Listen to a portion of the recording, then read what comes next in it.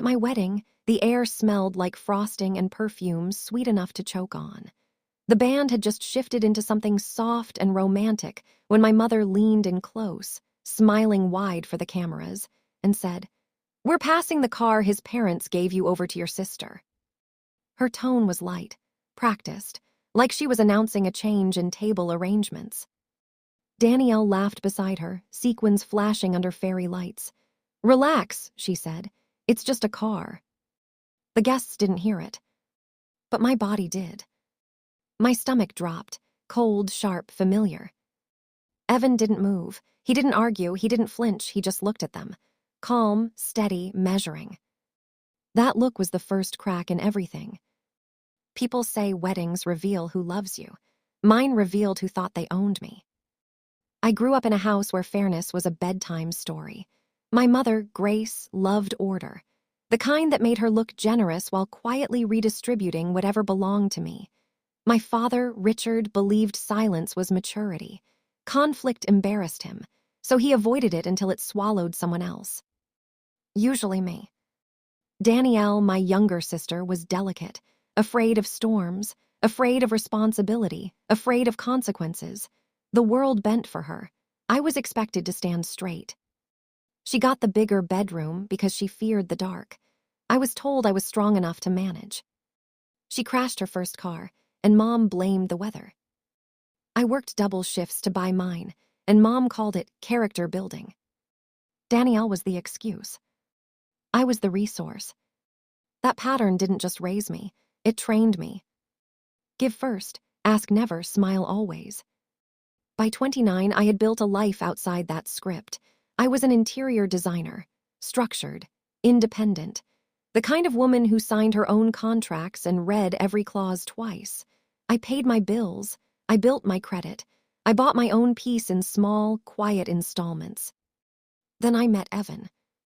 He wasn't loud, he wasn't dramatic, he was steady.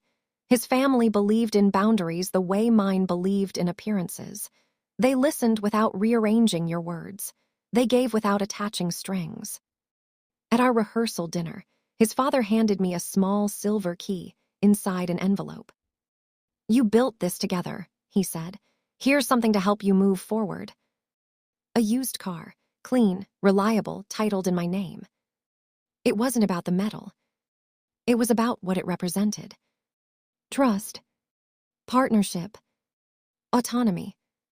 That night I saw my mother's smile tighten for half a second too long. She thanked them sweetly, but her eyes flicked toward Danielle like muscle memory. I should have recognized it. The morning of the wedding, she adjusted my veil and said, "You've always been so giving, Eva. Don't lose that." It sounded like pride. It felt like a warning. The reception glowed gold. Champagne glasses chimed. Laughter bounced off polished walls. For one small moment, I allowed myself to believe this day belonged to me. Then she said it. "We're passing the car his parents gave you over to your sister." Every sound blurred. Danielle shimmered beside her. "It's just a car." It wasn't about the car. It was about every dress she borrowed and never returned, every resume I edited, every apology I delivered on her behalf, every "you're so practical" that translated to "you'll survive without it." "You and Evan can manage with one," Mom added. "You've always been so practical." Practical. The word that justified every theft. I smiled. Small, controlled. "You're right," I said. "I don't mind sharing." She relaxed instantly. She thought she'd won. What she didn't know was that 2 weeks earlier, while finalizing seating charts and catering confirmations, I finalized something else. Preparation. A close friend of mine, a paralegal, helped me draft a notarized declaration. Every wedding gift titled in my name was legally protected.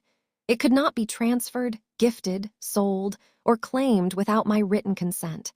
Any attempt would be documented as misappropriation of property. Not revenge. Documentation. I signed it in blue ink. Evan signed it too. Because love doesn't mean leaving doors unlocked. After the cake was cut and guests began drifting toward the parking lot, Evan's phone buzzed. A screenshot. Danielle had already posted a photo in our garage, standing beside the car. Captioned, "Finally got a ride that fits me." She didn't even wait. Something inside me stopped shaking. We walked back into the ballroom together. Mom stood near the cake table laughing too loudly. Danielle hovered beside her, refreshing her notifications. "She needs a ride home anyway," Mom said brightly. "She has one now, doesn't she?" Evan replied softly. Mom blinked. "What?" "The car," I said evenly. "You said she's taking it." Dad approached, nervous. "Can we not do this here?" "This is where she did it," I answered calmly. Evan handed my mother an envelope. "You should read this before finishing that sentence." The paper rustled loudly enough to quiet nearby conversations. "A notarized declaration," Mom forced a laugh. "Yes," I said. "Executed before the wedding. Any unauthorized transfer or public claim of ownership constitutes documented misrepresentation, including social media." Danielle's smile faltered. "You're being dramatic." "No," I said quietly. "I'm being prepared." Dad exhaled sharply. "This is petty, Eva." "Petty is pretending theft is generosity." "You're treating us like criminals," Mom snapped. "You entered our garage. You photographed private property. You publicly claimed ownership of something not yours. If this were anyone else, what would you call it?" Silence. Danielle's voice trembled. "You'd embarrass us like this." "I'm not embarrassing anyone," I replied. "I'm ending the script." Evan's tone stayed steady. "We're not escalating this, but if it continues, we will." That was the difference. Not shouting. Not chaos. Control. Mom's composure cracked for the first time. "Eva, please don't do this in front of everyone." "Then you shouldn't have done it to me, in front of everyone." The band stopped playing entirely. No applause. No rescue. Just consequence. Danielle deleted the posts that night. But consequences don't disappear with deleted captions. 3 days later, our attorney sent a formal notice. A cease and desist regarding false claims of ownership and unauthorized access to property. It wasn't dramatic, it was precise. 2 weeks later, another discovery surfaced. Danielle had applied for an auto loan using a copy of my vehicle registration as proof of secured asset ownership. Fraud. Small, sloppy, traceable. This time, I didn't confront her in a ballroom. I reported it. Not emotionally. Legally. The bank opened an internal investigation. Her loan application was flagged. My documentation protected me automatically. The notarized declaration became evidence of prior intent. Mom called, crying, furious. "You've ruined her credit." "No," I said calmly. "Her choices did." Dad asked if we could handle this privately. "It was handled privately for 29 years, I answered. "This is the public version." Danielle avoided charges through a formal admission and mandatory financial compliance counseling. The record stayed clean only because I agreed not to pursue full prosecution. That was my mercy. But mercy isn't access. When my grandmother's estate discussions began months later, something shifted. For the first time, assets were divided through legally structured trusts. Equal, documented, non-transferable. My mother didn't like it. But she signed. Because she finally understood something. I wasn't the hinge anymore. I was the locked door. The day we drove to our honeymoon, sunlight hit the windshield of the same car they tried to claim. Evan reached over and squeezed my hand. "You okay?" he asked. "I think I just stopped apologizing," I said. And that was the real ending. Not the ballroom. Not the envelope. Not even the legal notice. The ending was the moment I realized love without boundaries is just control wearing perfume. And this time, the control belonged to me. Control is quiet. It doesn't shout, it doesn't slam doors. It documents signs, timestamps, and waits. 3 months after the wedding, my mother tried again. Not with the car. With reputation. A distant aunt forwarded me a message one evening, a carefully worded paragraph in the family group chat. Mom had written that I had misunderstood the car situation, that stress and wedding nerves had caused an overreaction. She framed it as concern, as heartbreak, as a mother hurt by her daughter's coldness. I read it twice. There it was again. Rewriting reality. Danielle added a single comment beneath it. We just wanted to celebrate together. Some people care more about paperwork than family. Paperwork. The word was meant to mock. It made me smile. Because paperwork had saved me. I didn't respond emotionally. I didn't defend myself in paragraphs. I didn't call anyone. Instead, I forwarded the screenshot to our attorney. Not to sue. To prepare. Within 48 hours, a formal clarification letter was drafted. Calm, professional.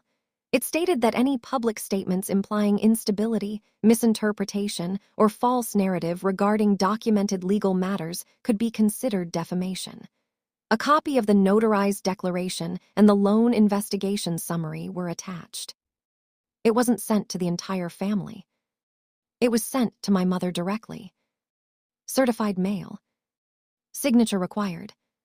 She signed for it at 10:14 a.m. I know because I tracked it. That afternoon, the group chat fell silent. No apology. No explanation. Just absence. Danielle unfollowed me on social media. Mom stopped posting vague quotes about ungrateful daughters. Dad called once. You're escalating everything, he said quietly. No, I replied. I'm stabilizing it. There was a difference. Control isn't about punishment. It's about prevention. Winter came, holidays approached, an invitation arrived to Christmas dinner. No mention of the past. No acknowledgement of the legal notice. Just a printed card. I didn't decline. I responded with conditions. We would attend for 2 hours. No discussion of finances, property, or family sharing. Any violation, and we would leave immediately. The message was polite. Clear. Non-negotiable. They agreed. Christmas dinner was immaculate. My mother's table settings were perfect as always. Danielle avoided my eyes. Dad carved the turkey with surgical focus. For the first hour, everything was surface-level safe. Then it happened. A casual comment from Danielle. It must be nice having everything protected. Some of us don't have that luxury. I set down my glass slowly. Luxury, I repeated. Silence crept across the table. Protection isn't a luxury, I said evenly. It's a standard. Mom shifted in her seat. We said we wouldn't. And we aren't, I replied calmly. But let's be accurate. Danielle looked at me like she was seeing someone unfamiliar. Good. That was the point. We left exactly 2 hours later. No fight. No scene. Just consistency. That was the real shift. They were used to emotional reactions, tears, raised voices, apologies. They weren't used to calm consequences. 6 months after the wedding, another letter arrived. This one from my parents' attorney. Short. Careful. They were restructuring their estate planning. Due to recent tensions, they wanted clarity regarding asset distribution and future expectations. Translation. They were afraid. Not of losing me. Of losing control. I met with our lawyer the following week. We reviewed everything, documentation from the car incident, the loan attempt, the defamation message, holiday conditions. Patterns matter in law. And patterns matter in power. When the final estate draft arrived, it was different. Assets were placed into equal trusts. No discretionary, family reallocation. No vague clauses about shared access. Everything defined. Everything sealed. My mother called that night. "You've changed," she said. "Yes," I answered. "You used to be so easy." "I used to be unprotected." Silence stretched between us. "You don't trust us anymore," she said finally. I let that sit. "Trust requires evidence," I replied. She didn't have any. Over time, something unexpected happened. Danielle stopped pushing. Not because she understood, but because it no longer worked. Every attempt met documentation. Every insinuation met clarity. Every manipulation met calm. And without reaction, control starves. One evening, almost a year after the wedding, Evan and I stood in the driveway beside the same car that started everything. The paint caught the sunset in quiet gold. "Do you ever feel guilty?" he asked gently. I thought about it. "No," I said. "I feel accurate." Accuracy. That was the word I'd been searching for my entire life. Not harsh. Not dramatic. Accurate. My phone buzzed once. A message from Danielle. 3 words. "You were right." No apology. No elaboration. Just that. It wasn't closure. But it was acknowledgement. And sometimes, acknowledgement is the only apology you'll ever get. I locked the car and slipped my hand into Evan. The house behind us was quiet. Peaceful. Mine. The truth is, smart domination isn't loud. It isn't revenge. It isn't humiliation. It's structure. It's foresight. It's refusing to participate in a pattern that was designed to consume you. They thought I would bend because I always had. They thought love meant access. They thought being the good daughter meant being the available one. They were wrong. I didn't destroy my family. I redefined my place in it. And once you do that, everything changes. A year passed. You would think that would be the end of it. It was. Because when a family system shifts, it doesn't collapse quietly. It recalibrates. It searches for balance. And when the scapegoat steps out of position, the entire structure shakes. I heard through extended relatives that my mother had stopped talking about the invoice completely. It had become a misunderstanding, then a moment of stress. Then eventually, it was something that never really happened the way Sarah says. Revisionist history. But this time, I wasn't trying to correct the narrative. I was building a new one. At work, I led a major software deployment that saved the company millions. I was promoted to senior engineering manager. The salary increase was significant, the stock options even more so. For the first time in my life, I allowed myself to celebrate without guilt. No shrinking. No downplaying. No emotional tax.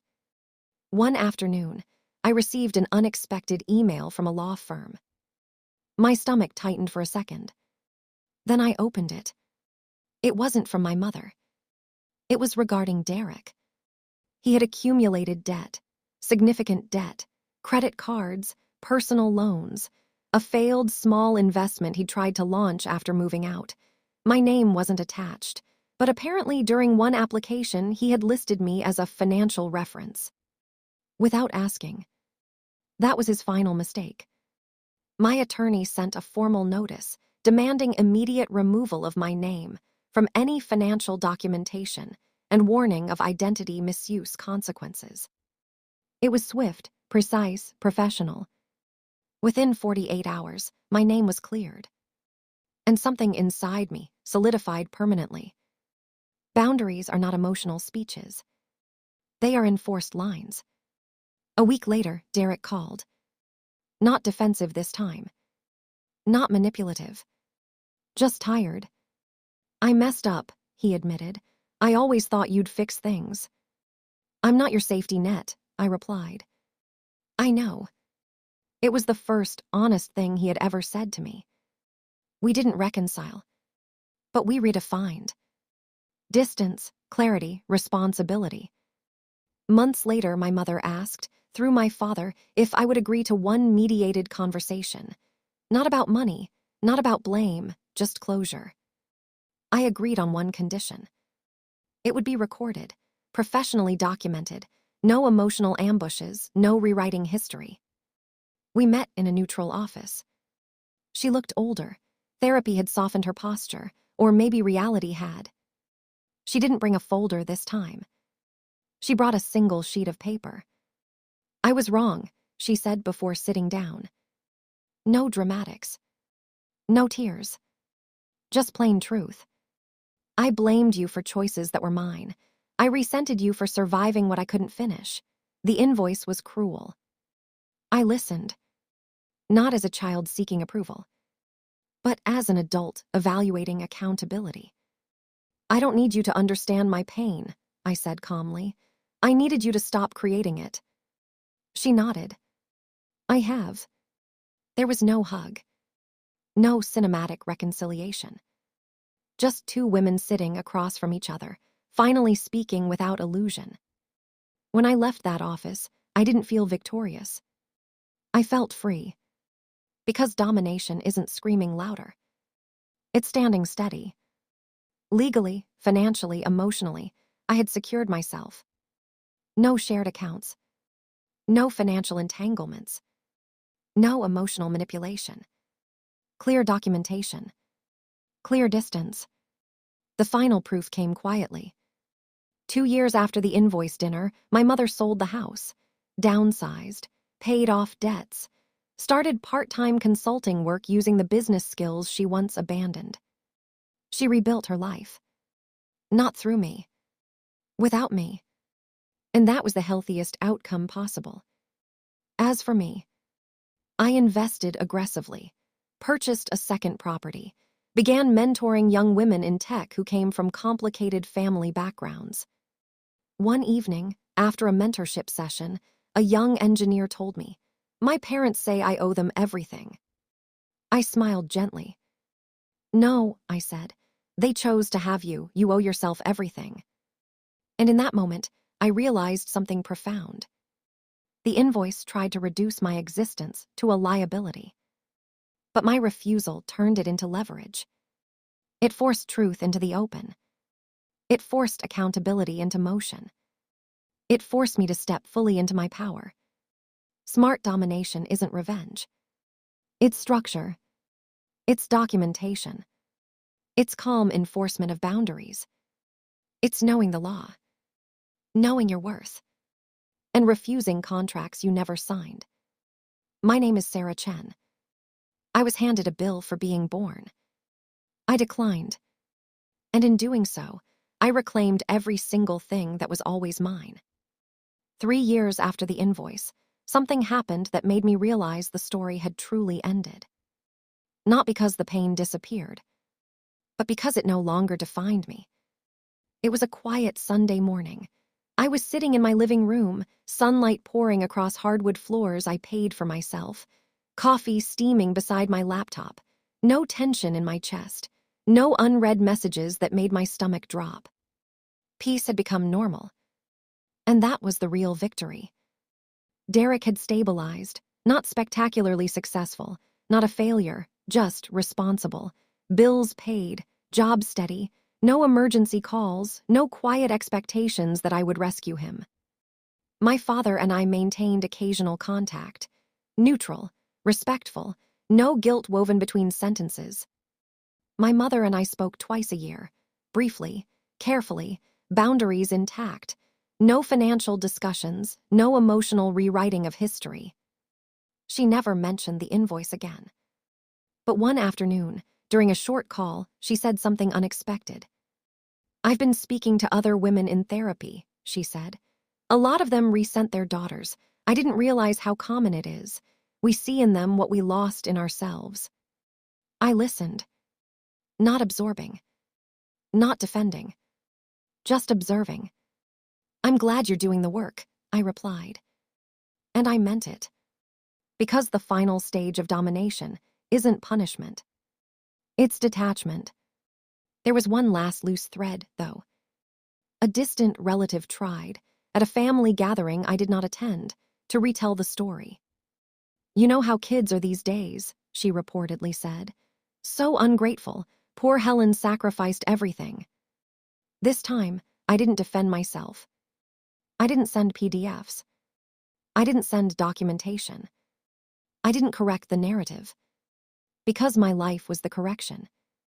My stability. My success. My calm. Truth does not require constant explanation. The final shift came when I reviewed my financial portfolio one evening.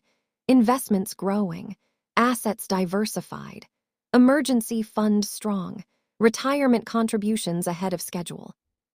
I paused and thought about that number.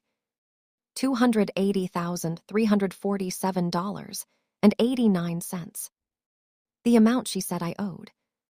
Ironically, that number now existed in my brokerage account. But not as debt. As growth. As ownership. As proof. The child who was labeled a cost had built capital. The daughter who was told she ruined a future had constructed her own. The scapegoat had stepped out of the fire and into strategy. I sometimes think back to that dinner table. The garlic. The silence. The weight of paper against wood. If I had signed it, emotionally or financially, my life would look very different. Instead, I chose documentation over drama. Law over guilt. Boundaries over blood ties. That was the smartest decision I ever made. Smart domination is not loud. It is not revenge. It is not cruelty. It is knowing your rights, knowing your value, and refusing to participate in contracts built from someone else's regret. I was never a debt. I was never a liability. I was never the price of a ruined dream. I was a child. And children do not owe repayment for being born. If this story resonated with you, if you have ever been made to feel like your existence was a burden, remember this. You are not a bill. You are not an obligation. You are not interest accumulating over time. You are a human being deserving of unconditional love. If you believe that, write "not a debt" in the comments. And if stories like this empower you to stand up, set boundaries, and protect your peace, make sure to like and subscribe for more powerful journeys of strength, clarity, and smart endings. Thank you for being here.